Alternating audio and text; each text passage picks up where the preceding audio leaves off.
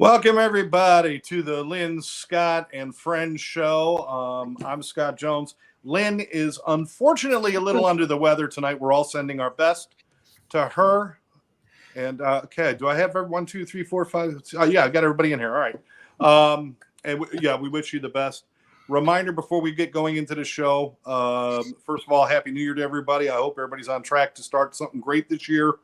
And secondly, don't forget to like this show. Leave some comments. Even if you're watching a replay, those comments mean the world to us. It helps us figure out what you guys want to talk about. And share this with your friends. Okay? Share the show with your friends. This is cool. The truth is that I would get together with this group of people if nobody was watching. I would get together with them if I couldn't watch it. Which all of that is a great possibility. That's always true. It's possible. But again, we get together to prove there's nothing good on TV on Tuesday nights. We are here to talk about anything, really anything. And we've done that. We've got Rex Sikes with us, Kellen, and Barry Selby, John Horton, and of course, Scott Scooter Schilling. We're going with the scooter now. Well, the two hips are already passe. Yeah, we've outgrown the two hips. They're starting to rust. Oh, that's it. Those cheap ones, damn. That's right. Most people use titanium. I use, like leftovers. Yeah. His hips are made out of old Schlitz cans. That's being redundant. What's the big push with titanium now? I mean, I get it in replacing hips, but the titanium phone, the titanium this, the titanium that. Well, is it like I found gold? Is it like a new standard where it was bronze, silver, gold? Another shiny object. It's like, wow, we can get them because it's titanium. That's right. It sounds like expensive. Well, titanium's good because it's lighter than steel and pretty much as strong as usually. So it's kind of a good thing to, be more effective in some ways, because like sometimes steel's too heavy. So titanium was better. Plus, doesn't rust or anything. Is a phone made out of titanium, or is it titanium color? No, titanium chassis. The chassis is made out of titanium. It is actually made out of titanium. Yeah, it does weigh a few. The screen will still shatter, but the rest of it will stay. That's exactly it.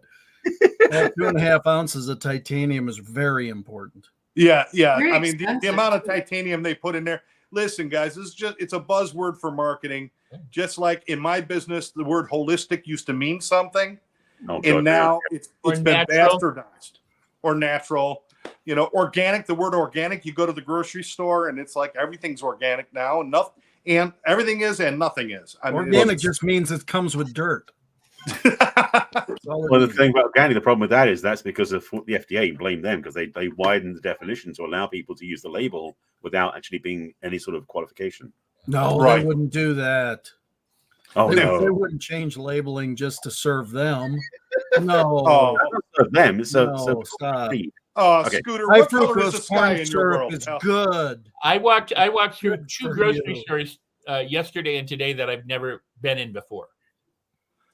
They're not ones that I shop, but I was somewhere yesterday. I thought, well, I'll go through and take a look. I walked through today. So I just like walking down every aisle, and I looked, and graham crackers were like $6.50 for a box of Nabisco. I was like, are you kidding me? Oh. I had sticker shock. I really was. Politicians don't pump their gas. I don't buy graham crackers, but when I looked at the price of cookies and graham crackers and everything else, I was like, oh, crap, many. Corporate greed is out of control. Yeah. Inflation. It's not inflation. It's They're trying to stop to maximize their being overweight. Huh? If you raise the price of cookies high enough, maybe we can get the obesity problem handled. That's the logic. It'll just be obese rich people. That's all. Exactly. Which or the fat people will start stealing. What do you think can afford lobster and butter? Mm-hmm. See, I can't even. My head spins when I go into the Whole Foods, fresh markets, those specialty places. Well, so that I get. I don't need to spend $12.95 on a jar of peanut butter. I just don't need to do that. Mm-hmm. Peanuts are peanuts. You crush them, it's peanut butter. I mean, I'm not sure where the rocket science comes in. And if you go to certain places, you can grind your own peanuts or your cashews or your almonds and make your own nut butters. That's right. And then when you're done grinding it, and then you seal it, and then you put it in the bag, and then you have to check yourself out. I mean, it's like, holy shit, where's my paycheck at the end of the day? I'm doing more work than the people who work there. Well, And you pay twice as much for doing your own pay work. twice as much. You know, for And the the price bitch of it is you charged you that. You should get your own personal shopper when you arrive at the store, who goes around with a basket and picks out things for you, and then takes them and checks them out. You should not have to do anything for the prices they're charging. Mm-mm. I'll tell you what, DoorDash has been the greatest thing. Don't have to worry about any of that stuff. Are you having it delivered, or are you delivering? No, I have it delivered. You know, they kind of get funny with you. You just forget like one stalk of celery, and you tell them you call DoorDash to bring it to you. They look at you funny. But listen, we want to talk about, you know, and again, Lynn, feel better. We want to talk about global responsibility, being globally responsible. And it was something we started touching on 2 weeks ago, and we kind of wanted to pick it up. Hoping Matt would be here because he's all about this, you know, but unfortunately he's out trying to save a building. I mean, how selfish is that, right? But I wanted to start this off with you, Scott, because you have kind of this tag on your mission about, you know, dignity, and when you talk about, you know, dignity and the way you treat people, you talk about it globally, like it can be a worldwide thing. We don't have to just, you know. So I would love you to start us off on that. Is about, you know, can you live that way without going crazy about trying to change the whole world by yourself? Well, I think it is when it, you know, to fill anybody in who's here for the first time or watching this. I mean, my platform is basically to return respect, honor, and dignity to the planet. You know, respect is simply treating people the right way. You don't have to agree with them, but they are, you know, they are entitled to their opinion. Honor is lifting up that opinion and treating it with that respect. And then when that happens, dignity is felt by both sides. And it's interesting because there were some heated discussions over the holidays, and you know, I mean, it's like families getting together, and the Antichrist shows up for dinner, and you know, all these different things, right? And you've got these competitions going on, and I created actually a what now wisdom on that. It hasn't published yet, but what came to me is simply asking the question: is it possible? When you're in a potentially confrontational situation, somebody's flying an opinion at you that you may or may not agree with. The question is, before responding to the actual question or thought, is to ask yourself, is it possible? Is what they're saying possible? And is there a reason for them believing it? Is there a, you know, can you understand from their point of view? Is really what the question does, is puts you in their shoes for the first time. And I think that's where this global responsibility comes from, is can you understand the other side of an argument? And if you can understand the other side of the argument, you can also somewhat perfect your own argument. You know, you can maybe fine tune yours, or you can see how valid your own is as well, you know? And so I think, you know, we've got a great opportunity here. You know, a lot of people are talking, there's some stuff going on. And the first thing, and Scott, by God, you're the one that knows this if anybody does. Before you can fix anything, you have to admit that something ain't right. Yeah. And going along Pollyanna that everything is perfect right now, somebody's smoking dope that needs to stop, because it ain't right. There's stuff that's not right. So, okay, that's not a value judgment. That's just calling it the way it is, right? You can't do anything about it. And so for me, as we were doing one of these shows and whatever, all of a sudden it just hit me intuitively. Ask the question, is it possible? Is whatever being said possible from that point of view? maybe there's a middle ground that you still don't have to agree with it, but maybe there's a middle ground that you can come to. And I think that's where this global responsibility comes from. It's like this, gang. We've got finite number of resources. We got a finite world. We've got infinite capabilities, but some of the materials are finite and some of those different things. And, I mean, if a building gets knocked down, it's no longer an infinite place to sleep. It's now called rubble. You knock down enough buildings and all of a sudden your infinite places to sleep are now finite, right? It changes. And I think if we're going to respect things globally, we've got to come. I'm a strong believer we've got to come back to some middle ground, because polar opposites, there's a reason why magnets have a positive and a negative, and one attracts and one deflects. And, it's really hard to solve issues when we're so diametrically opposed. And so, again, I think if we come back to a greater center, again, we don't all have to agree with each other. And my guess is that's never going to happen, because it's happened exactly never in history that everybody's agreed. So I don't Scott, think you're talking about like perspective taking and being able to and that is so unnatural. Our natural instinct is our perspective is what we must hold on to and cling to and fight for. And to step away from our perspective, step around to the other side of that number and realize the way they're looking at it, it's a 9. Where I'm looking at it, it's a 6. But we got to be able to step around and take somebody else. That takes practice and effort. And I think the effort, here's the question I have for you. Is the effort of me making one small gesture, is that going to create a ripple in the pond? Does that make a difference, each gesture I make? That's the question I have for you. Well, the reality is, and that's, I actually named my online community, Be the First Stone. Cast the first stone to start the ripple. And if you're not the first stone, cast the second stone to keep the ripple going. The only way you create the ripple is to create the initial action.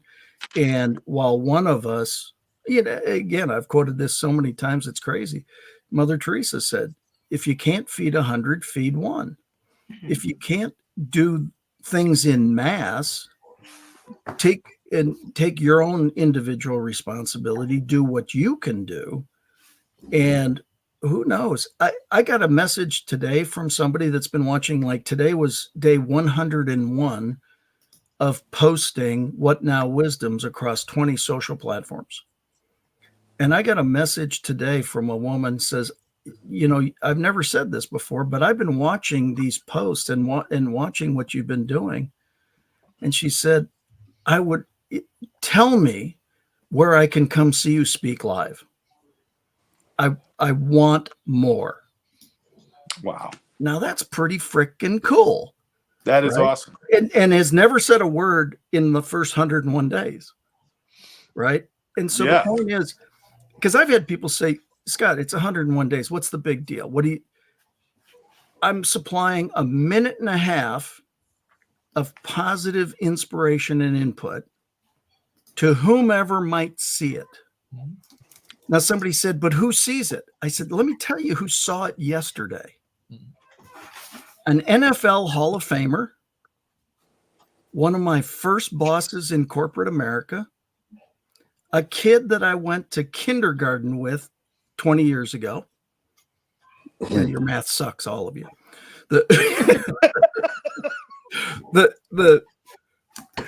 I mean, there are people seeing these messages. They're not necessarily commenting, but I'm seeing who's seeing them.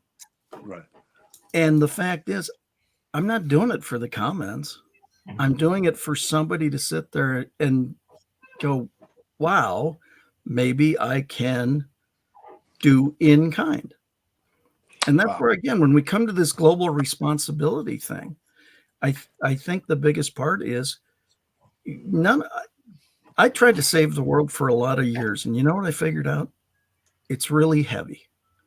Yeah. And you can't do it by yourself. But what you can do is what you can do. It doesn't have to be any bigger or broader than that. So I think that's the first step. The first step is taking that first step. It's doing something to work to inspire both yourself and others to take care of literally everything at some point in time.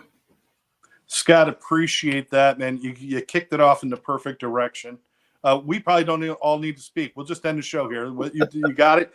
No. Good. Thanks, everybody. We'll see you tomorrow. Great to see you. Yeah. You've been a great audience. I appreciate the kind words, but there's a lot of great wisdom in this panel. Yeah, absolutely. But that just, you really put it in a nutshell how to start this off. Thank you so much. Does somebody want to jump in yet? Somebody want to jump? You know, I got a question. I got a question on coupons. As I'm going backtracking a little bit, then I'll go forward again. Why the hell are there coupons? I rarely go to the grocery store, and I was there a few weeks ago. Buy one get one free if you have so and so Mariano's card. So I went to the lady and I said, "What is this card?" So she gives me one. I thought I had to do a physical or something. She gives me this card. And then I get like 9 dozen chicken wings for the price of one. I'm like, why don't you just blank this shit out and give everyone the same goddamn stuff instead of going to you to get a card? Anyway, that's my rant on coupons. I don't get them. I don't understand them. It makes no sense. But the reason they get you the card is because then they get your address and your contact information, and they're able to sell that on the back end, and they make money on that. Mm-hmm. That's all. Because they made no money on the damn chicken you bought. That's true. I smoked the shit out of those chicken wings last night, and they were outstanding. Just all right. How'd you keep them lit? The chicken wings? I put them on the smoker. Okay, that's a whole different conversation.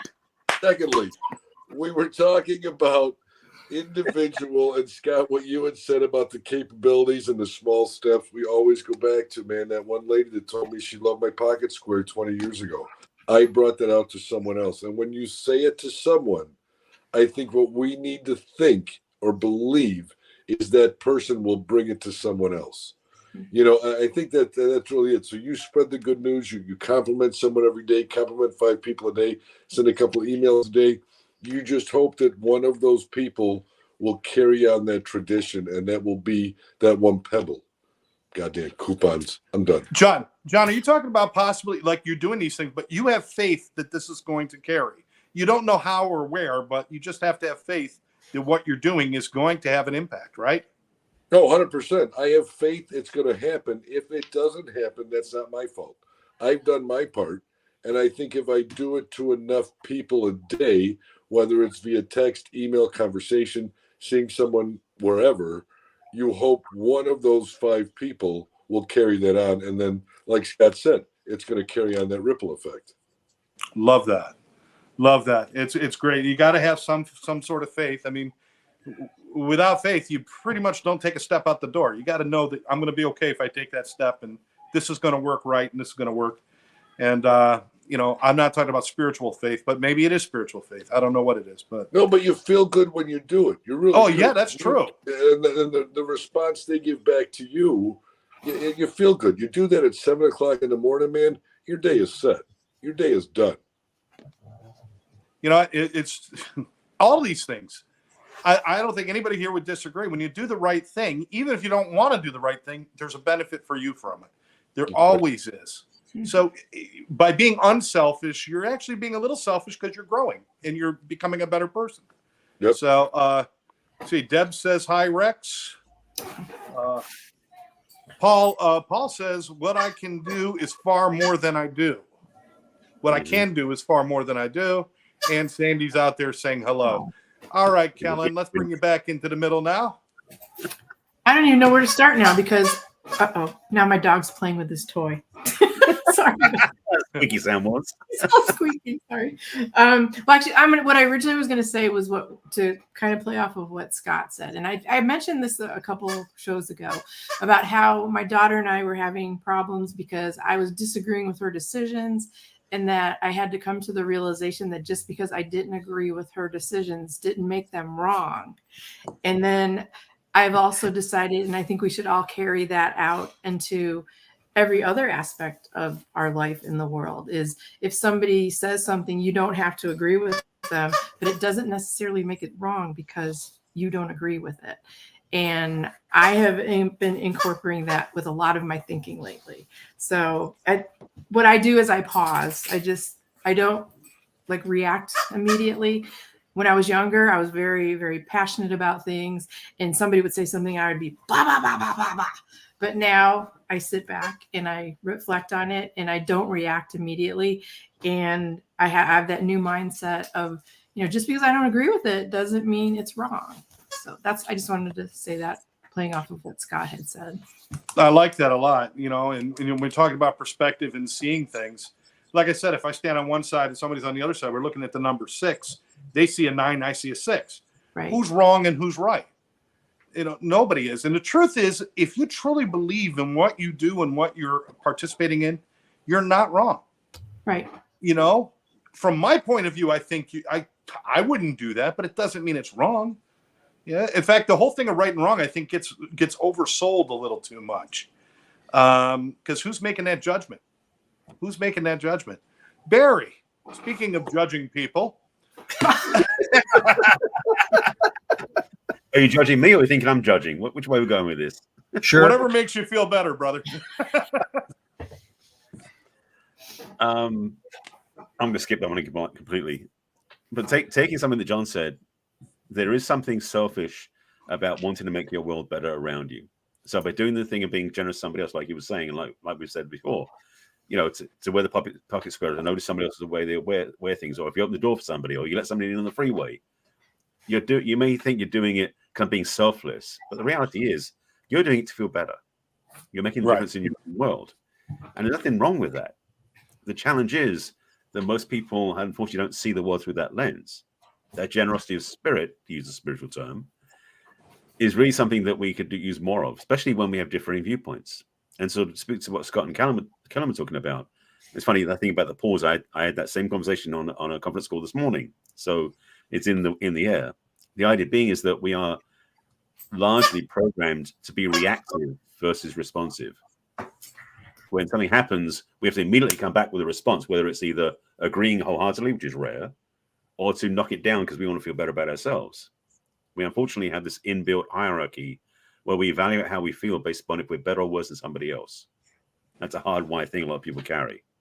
And when we recognize that, and there's a quote, I might butcher this too. There's a meme or a picture I've seen somewhere around over the last couple of years where they talk about how somebody else's, finale doesn't compare to your beginning. It's like you can't compare the two because we're not different places. So to say something better than you is not relevant because where you're on the journey is different from where they are on the journey.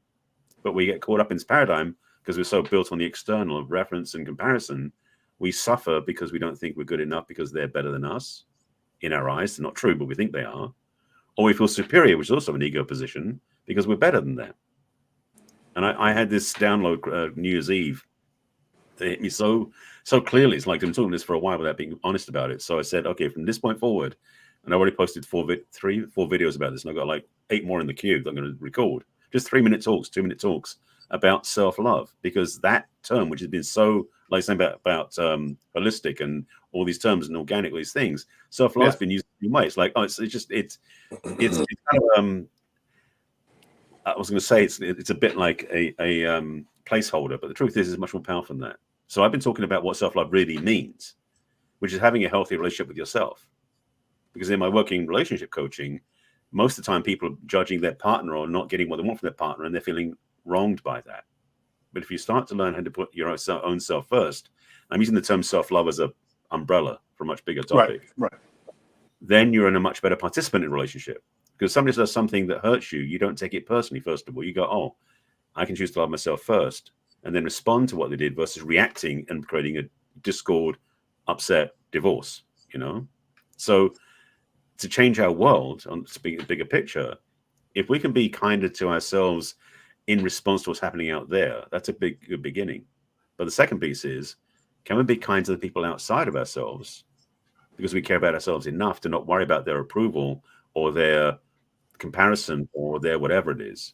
Because the challenge, the opportunity is we don't have to give to get. we can give to say what John said. Yeah, I'm a firm believer, Barry, in that what you project externally is going on internally.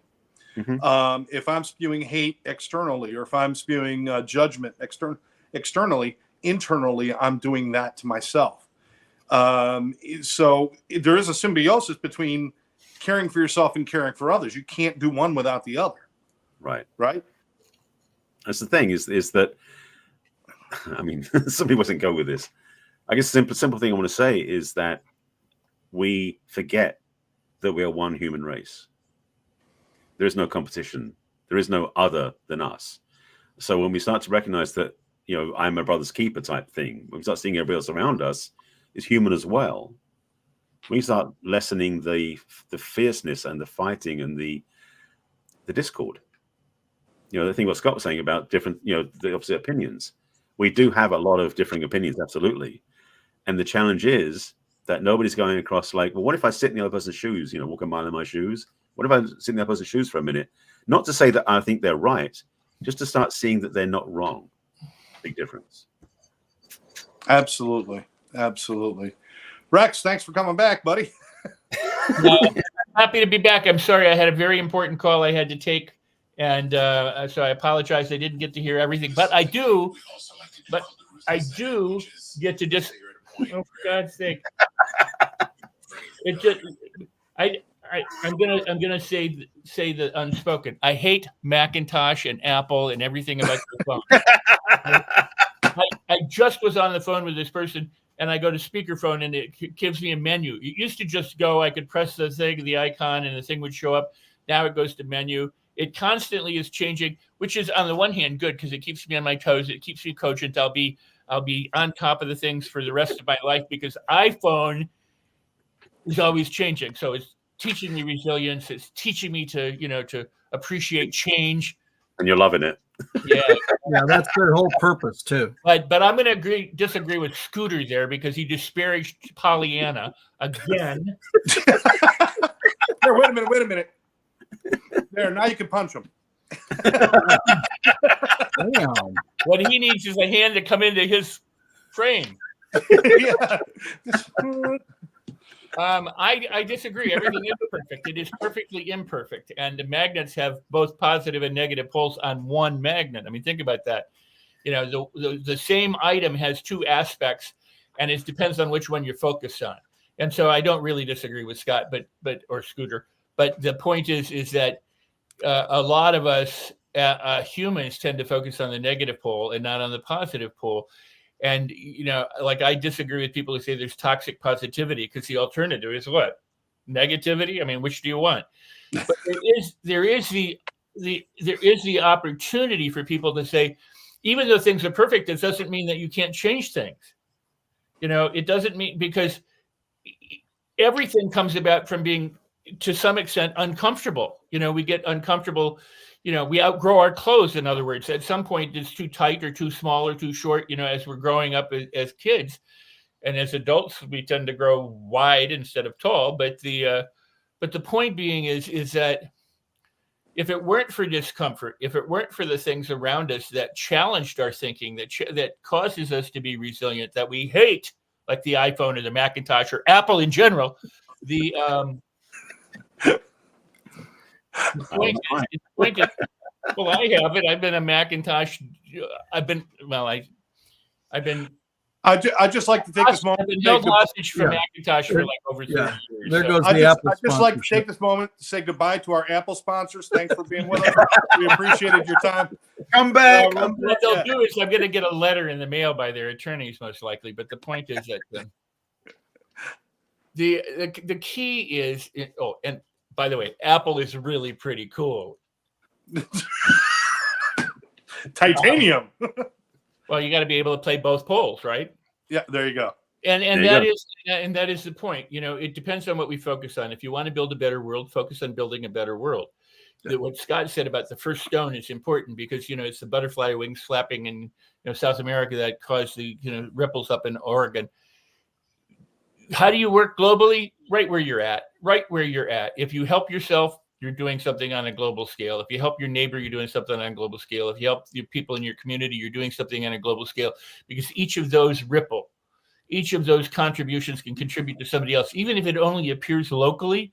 The energy, the vibration, the thought, the positivity that goes out, the reach that you have is extended because you're doing something. You're if you're acting with compassion and with love and kindness and peace and giving, you are helping the world. It's the people who hate and hurt, who restrict and control, who do it for power, greed, or money. I've in the last couple of days, I've had 2 multi-millionaire, billionaire conversations with two people who are friends. One's an asshole, hoarder, greedy mother effer, and she won't know who I'm talking about, so not important. And the other is really benevolent, generous, kind, compassionate, and giving. They both have about the same amount of money. They have about the same amount of years. They have the same amount of expertise. Yet one hangs on to themselves, wants to crush everybody, and wants to make sure that the other one's like, hey, if I don't have it to give it away, what's it worth? So, anything is possible. Now, I just made a disparaging kind of comment about the one, calling him a greedy mother, and the other one is this good and kind person. So I've just made a judgment about the people. And you know what? They're just perfect as who they are. Wherever they are in their walk, they're perfect. Now, do I like their walk? I prefer one versus the other because one seems to contribute to the planet more than the other person does. But for them, they're perfect. To them, they're perfect in their foibles and they're perfect in their good stuff. So my judgment doesn't really matter, but it doesn't mean I can't have one. And so if I look at the world and I see somebody hurting, I can say, man, God, I got to take care of that. And if I can't take care of it, maybe I can call somebody or write somebody or email someone or draw attention to it. It's kind of like if you saw someone lying in the street, hopefully you call 911 or an ambulance or the cops or somebody, you don't just walk past them because they're lying in the street. But you might ask them first, are you okay? And if they go, hey, look, I'm comfortable here, leave me alone. If they go, no, I need some help, or they can't respond, you just have to understand that if we're going to change the world, there's plenty of opportunity. But you don't have to think, hey, by the way, did that rocket launch where they buried the people on the moon? I don't know what happened yet. I don't know. Well, I know that there was protests about it because they were saying, don't desecrate the moon, which, I mean, if they're talking about launching dead bodies into space. Well, it's the ashes, I think, not the bodies. Well, the same thing. It's ashes to ashes, dust to dust, with the remnants of whomever. What are the neighbors going to complain? I don't know. What the hell? I say send it to Uranus. That is always your answer, Rex. Well, like I said, my nickname has always been "Hey Asshole." So, Rex, you were making a point before about something is perfect and then that changes, and we're constantly changing. And what I love today, I might not love tomorrow. I love this instead, and all these different things. It's important to stay flexible. I mean, listen, when I was 16 years old, I had a Kiss Rock and Roll Over concert T-shirt that was the perfect article of clothing for any occasion. Weddings, funerals, school, whatever it was, that shirt for me was perfect. It's not perfect for me anymore. It doesn't change the meaning of what it was at that time, but you've got to be able to grow and adopt new things and be fluid.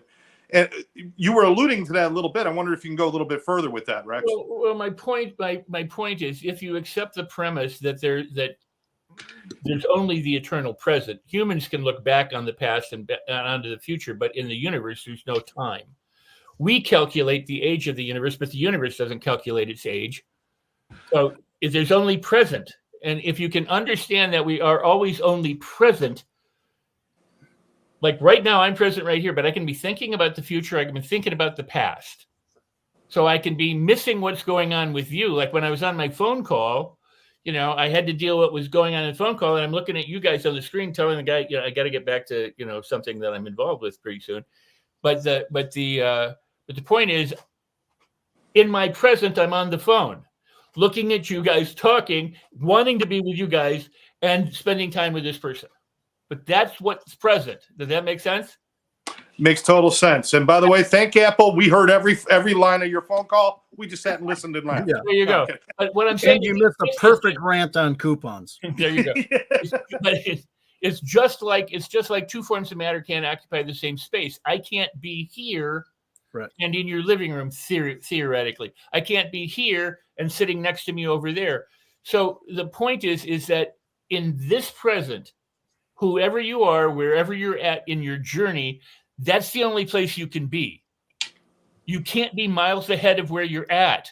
Yeah. Whether that emotionally, mentally, physically, spiritually, financially, or anything, you're going to be exactly where you are with your biases, your prejudices, your hatreds, your hurts, your wounds, or whatever. You're exactly where you are right now. So why hate it? Why resist it? Why fight it? Why not just completely accept it and go, this is me in this moment, and I release all the hurt and all the wounds and all the horror and all the stuff, and all the resentment and all the guilt, and I promise to do my best today and tomorrow to not do those things again.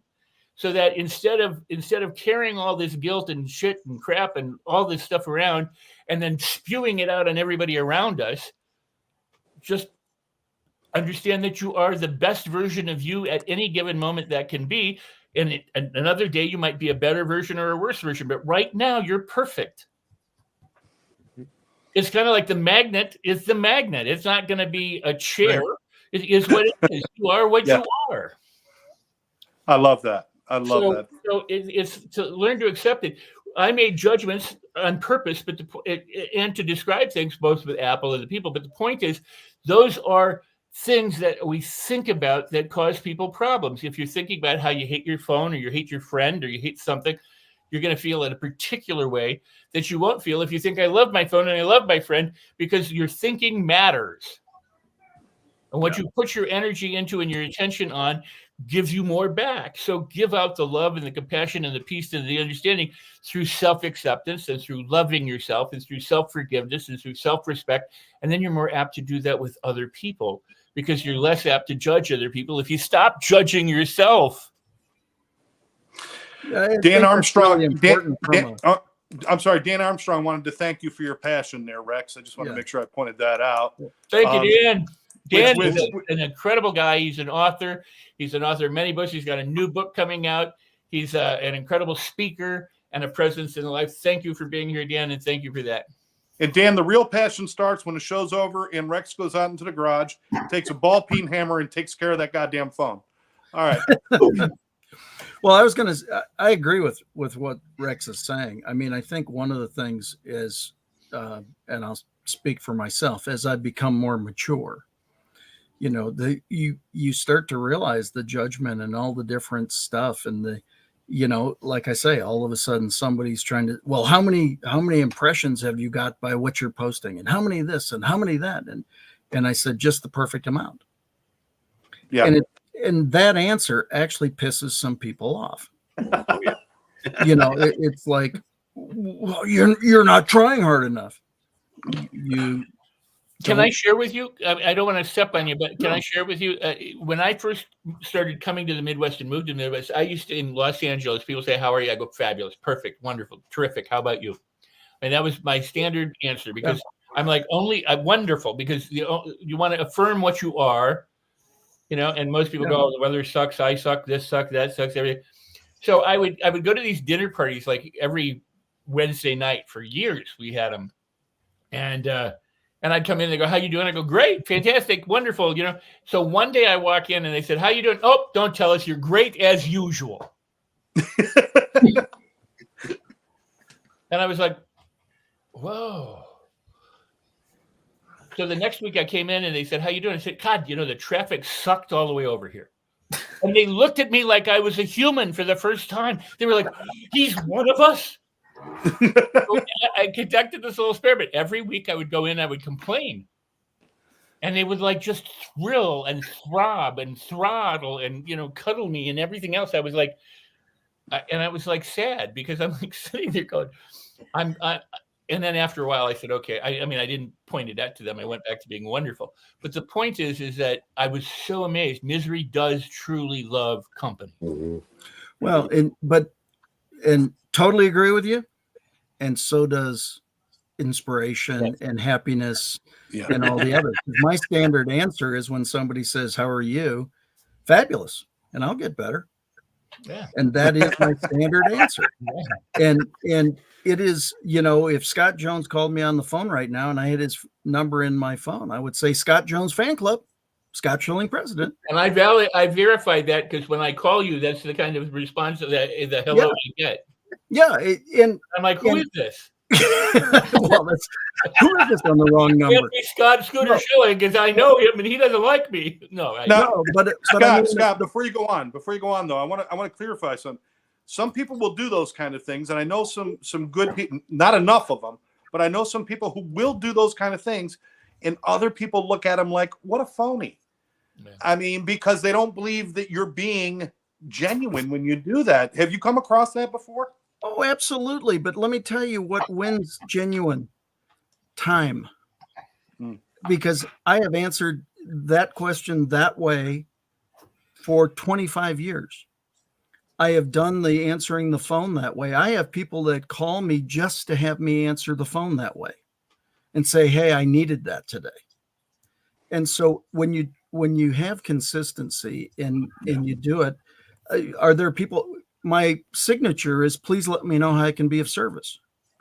And 25 years ago, when I first started putting that as my signature to my emails, I had people go, what's your angle? What are you after? What are you trying to get from me? Yeah. And my answer is very simple. What the hell are you talking about? Well, you offered to be of service to me. Yes. Would you like to know the inside, what that really means? Oh, yeah, give it to me. How can I be of service to you? That's what that really means. Now, it is not my responsibility for you to use that, but it is my responsibility for me to offer it. Nice. And that's the point that I think we've got to get to, is understanding that I get shit I actually get far less shit for saying what I say when I say fabulous and I'm getting better, or how can I be of service, or Scott Jones Fan Club. I get far less flack for it than I do thanks for it.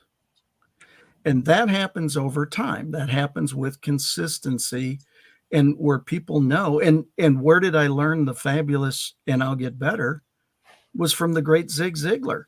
Mm-hmm. I was with Zig, and I just watched him time after time, and people would say, Zig, how you doing? And he'd go, better than good. and I knew I couldn't say that, so I had to create my own. And it's fabulous, and I'll get better. I love it. What it does is it changes state like that. It puts people in a, wow, is there something better than fabulous? Absolutely. I actually talk about it in That Sucks What Now. People say, well, why do you do it? I do it because I want to do it. I want to change state, and I want to bring a smile to somebody. Well, what's the wildest thing that's ever happened to it? I walked up to an American Airlines ticket agent at DFW Airport, and she goes, how you doing? Because that's what they're trained to ask. I said, fabulous, and I'll get better. She goes, oh my God, fabulous. How could you get better than that? I said, well, if I was sitting up front. She goes, are you trying to get me to put you up front? I said, absolutely not. I was simply answering your question. You said, what would be better than fabulous? And I said, sitting up front on my upcoming flight. And she goes, I can't do that. I said, I'm sure you can't, but that wasn't the point. I was simply answering your question. She goes, well, wait a second. I go, for what? She goes, I can put you up front. I said, see, that would make it even more fabulous. Yeah. And she goes, wow, that makes my day. Thank you so much for allowing me to upgrade you. Wow. So true story. I can't make that stuff up. It wasn't done for that reason. Right. Right. The premise of my first book, Talking with Giants, is generosity builds prosperity. When you give, you prosper. Now, you do not give to prosper. Right. But the byproduct is by giving, you prosper. It's the same thing. I don't say this stuff with any string on the other end. There's no strings attached to it. The only thing that warms my heart, I can't tell you how many people call me and say, I just wanted to hear you say that you were the president of my fan club. Now, that is such a simple thing to do. It costs absolutely nothing. It brings a smile to them. It brings a chuckle. It changes state. And then I say, oh, by the way, how can I be of service to you? How can I be of service to you today? You called me. Scott, two things I want to ask you. First of all, how pissed off was the pilot that you sat on his lap the whole way there? No, he actually had a little bit of a grin himself. And second, I appreciate you being the president of the Scott Jones fan club, but I just looked and you owe me dues. So, no, it's all good. Appreciate it, brother. But the point is, all this stuff, and that's why I put it in the books. You know, you come up with, and I didn't think of all this stuff myself. I the greeting was emulated from the great Zig Ziglar, and I'm sure Zig emulated it from somebody else. And, but the point is, the choice then became to do it consistently. That's where the choice comes. The fact that you saw something happen and it was, it's really funny. I saw a direct sales guy do a video a day, 3 to 5 minutes, doesn't have to be long, just do it every day and be consistent. Now, I saw that 4 years ago. So why did I just start at 101 days ago? Wow. I'm like everybody else. You see a good idea, you wonder, and that's why there's such brilliance on this panel, because people have committed to absorb as much knowledge as they can, and that part's cool. But the part that's even cooler is that they have the desire to give it away. Absolutely. Is to turn it back and let other people act on it. That's what's cool. That is cool. John, I'm going to bring you in because I want you to piggyback on this, because the joy that Scott spreads by answering the phone that way and doing that, you love to do the same thing with your messages to people all the time. And I just wanted to say that that's appreciated, that we have people like you doing those things, man. And I appreciate that, buddy. And Scott, it's funny you said that, because I do the same thing. I see someone call me up. I make them feel special when I answer the phone. The other thing I do every morning when I wake up is I change my voicemail to let people know where I am during the day. Hey, it's Tuesday. I'm around all day. I got meetings from 11 to 1. Sorry, missed your call. You know what? It makes them feel special. They know where you're at. I like that. So it's literally every day people know where I'm at. So, and I wrote that down when you said that, because I've done that when I've picked up the phone to people that I haven't talked to in forever. My buddy Tim called me. I haven't talked to him in years. He got a new job. I picked up the phone and said, hey, Tim, congratulations on your new job at wherever, whatever he's doing. But changing your voicemail daily, letting people know where you're at, makes them feel extremely special. That's cool. That. What a cool idea. Unless Barry, you want to bring unless you're witness protection, then it doesn't work quite so well. Yeah. Well, no, there's certain people I don't say that to. There's that block call thing, Barry, you need to take advantage of. I couldn't resist. Can you want to go first, or you? Yeah, go ahead, Barry. Okay. Boy, there's so much we've already said. And I'm just going to make sure I don't repeat what we said. It's just juicy stuff. Everything we've said so far is something we can apply. None of this is rocket science. It's not brain surgery. We can do these things in our daily lives just by impacting the local people. The theme we said at the beginning, it's like, think globally, act locally. Something that's actually on my mind that came up just on the radio yesterday on a whole different perspective is about recycling organics, like the food wastage we have. And the thing is that we have in LA now, a lot of different cities inside of LA have these green bins you can throw grass clippings and food waste in that don't get thrown in the heaps where they generate methane, which is a global pollutant. But it's like something we do globally. So there's things on that level where you can complain to the council or your local city to actually change the rules or to actually start putting this out, because they have the regular recycling blue ones for us, and the regular dark color ones for regular trash. So if they add another bin, which we have in our city, that can make a difference. So there's always things you can do when you talk to the council on a more of a logistical thing. But what we've been talking about in this show, which I love, is the actions we can take both inwardly and outwardly with our neighborhood, with our families, with our businesses. And that impact is key. And what I love what Scott said about when you're being generous, you're not doing it to get anything. And I love what you said about talking to the flight attendant or the checking attendant, because checking agent, excuse me, because it was so clearly that you were not trying to get that, but she clearly thought you were. And that miss was just so funny to witness from the outside of you saying that. And I love the idea of that, because that's the thing, is when we are doing things that are kind and generous, oftentimes people do think we have an agenda. They do think we got strings attached. And so what I love about this is leaving that person with a shocked look on their face because you didn't take anything from them. So the idea of being able to be generous and giving, even if it's just simple things like, let somebody park in the spot you're going to grab, or get, help someone's shopping cart, or open the door for somebody. My favorite one's opening the door, because I get to watch people's reactions that have a spectrum of responses. Quite a few people are like, thank you very much, go through. Several people are oblivious, just walk straight through anyway, not saying anything.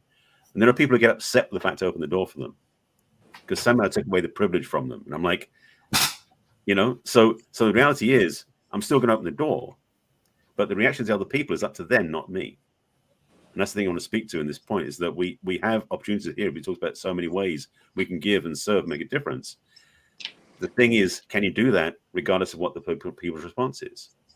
Because that sometimes becomes a thing that we then react to and choose to do things differently because they didn't like what we did. Now, caveat on that is obviously it's somebody you care about and they don't like what you're doing. There was some feedback in there. But I'm talking about if you do something as generous and giving thing, like, opening the door, or, let somebody on the freeway, do that anyway, regardless of what people's response is, because their response is their business. Yeah. Absolutely. Kellen, are we taking notes? Do we have things to add? I have 4 things. 4. Okay. The bottom line to create a better world, your positive contribution is the start. You have to start with yourself. I think that people need to stop underestimating the power of the pause, not to react right away, and to really embrace that pause. That's with a U, not W, right? Exactly. And then back to the gift giving. When you give, it feels so much better for you than the recipient. And even though that's not what your intention is, that's the feeling that's the byproduct of the giving, the act of giving. And then the 4th thing is, I need Scott's phone number.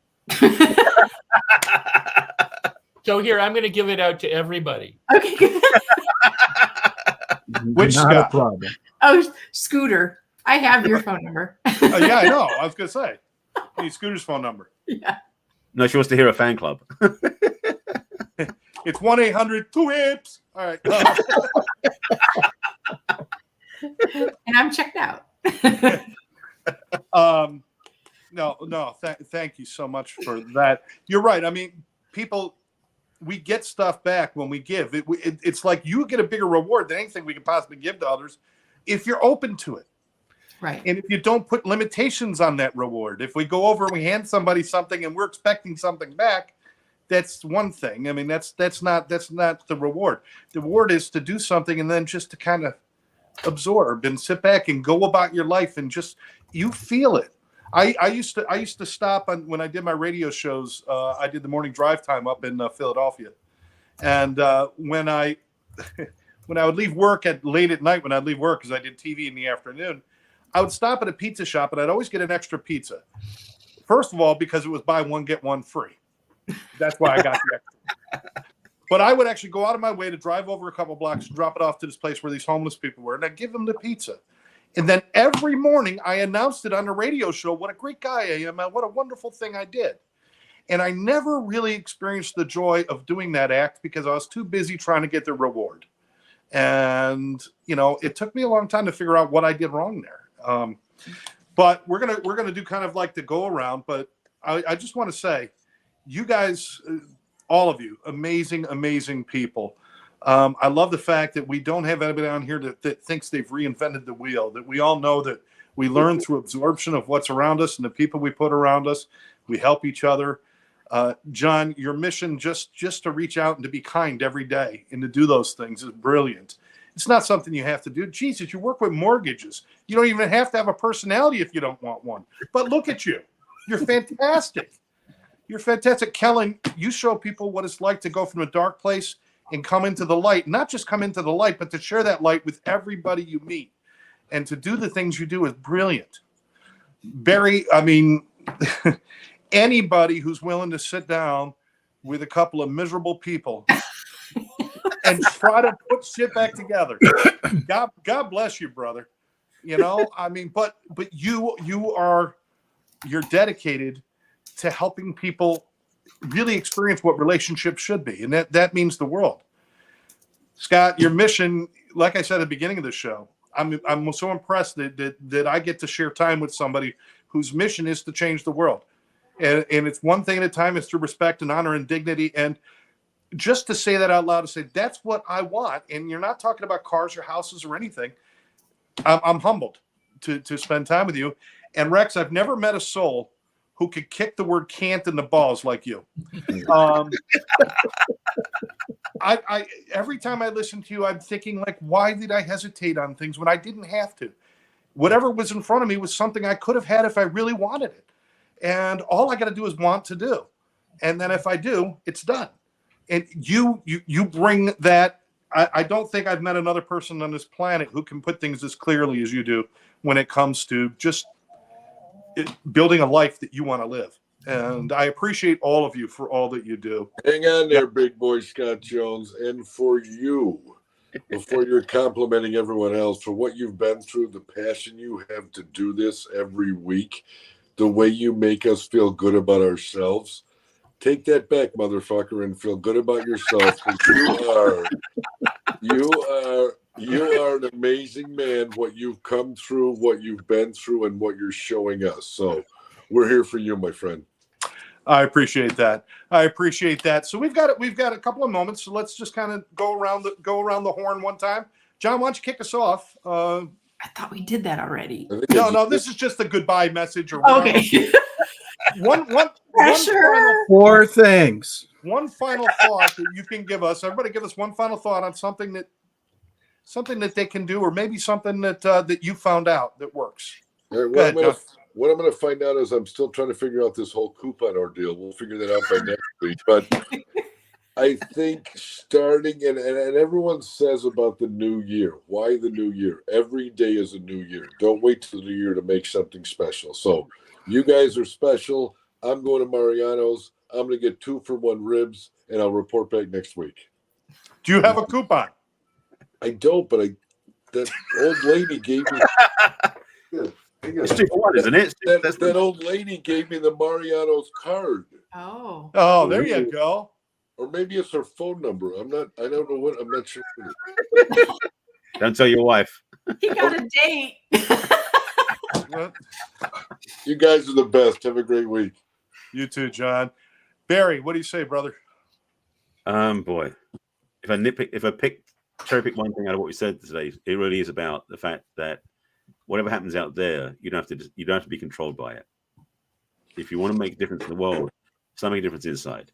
Because basically the world is seen through your eyes, because your perspective is your only perspective. So be kind with yourself and be willing to forgive yourself, because so many of us have been carrying also steamer trunks full of judgments, blame, guilt, resentment, all that sort of stuff. Maybe it's time to let some of that stuff go. So be kind and gentle to yourself. I have some tools I can help you with if you want to reach out for that, but as anybody in the panel can do. But yeah, be more gentle with yourself. That's a good next step. Excellent. Thank you. Kellen? Begin your day with gratitude and pause. Yeah. Just so you know, when you say pause, in my world, that means post-acute withdrawal syndrome. So something totally different goes through my head. That's not what I meant. Yeah. I said it's you, not W. Get clear. Okay. Yes. Gotcha. Thanks, Kellen. But it could be people always will surprise. Oh, I like that. I like that. Oh no, I'm like Barry Shore. Oh God, joy.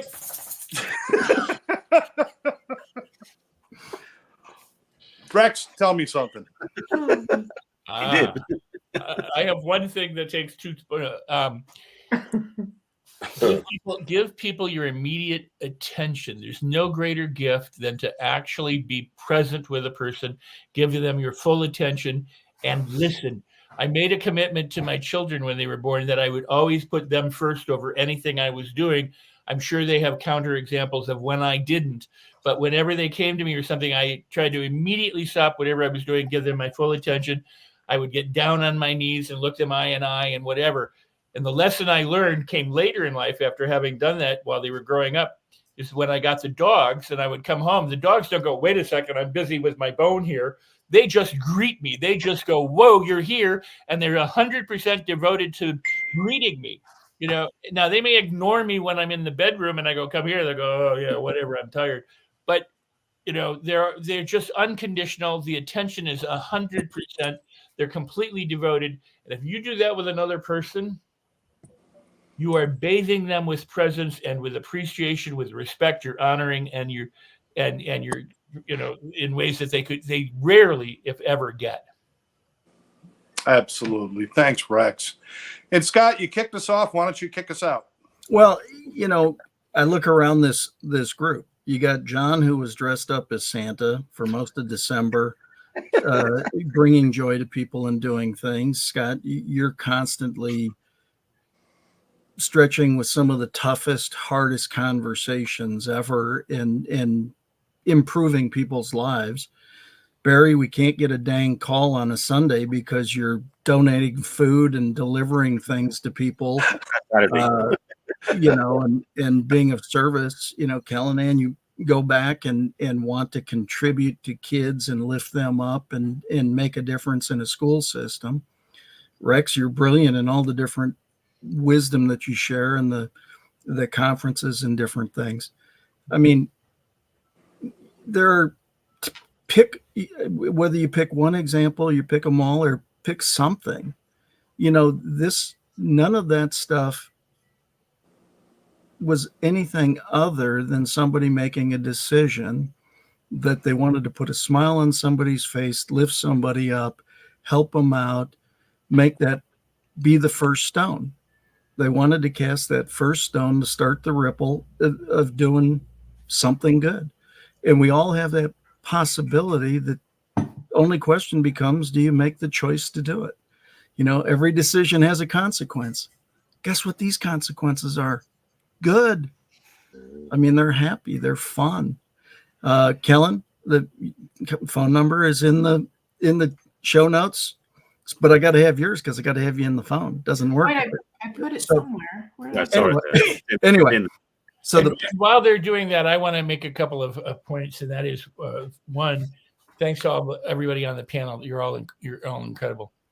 Two, thanks to people who are watching. Be sure to listen. I mean, you know, and share and watch again or share the thanks for the comments and all that kind of stuff. But like, share, and give the show away.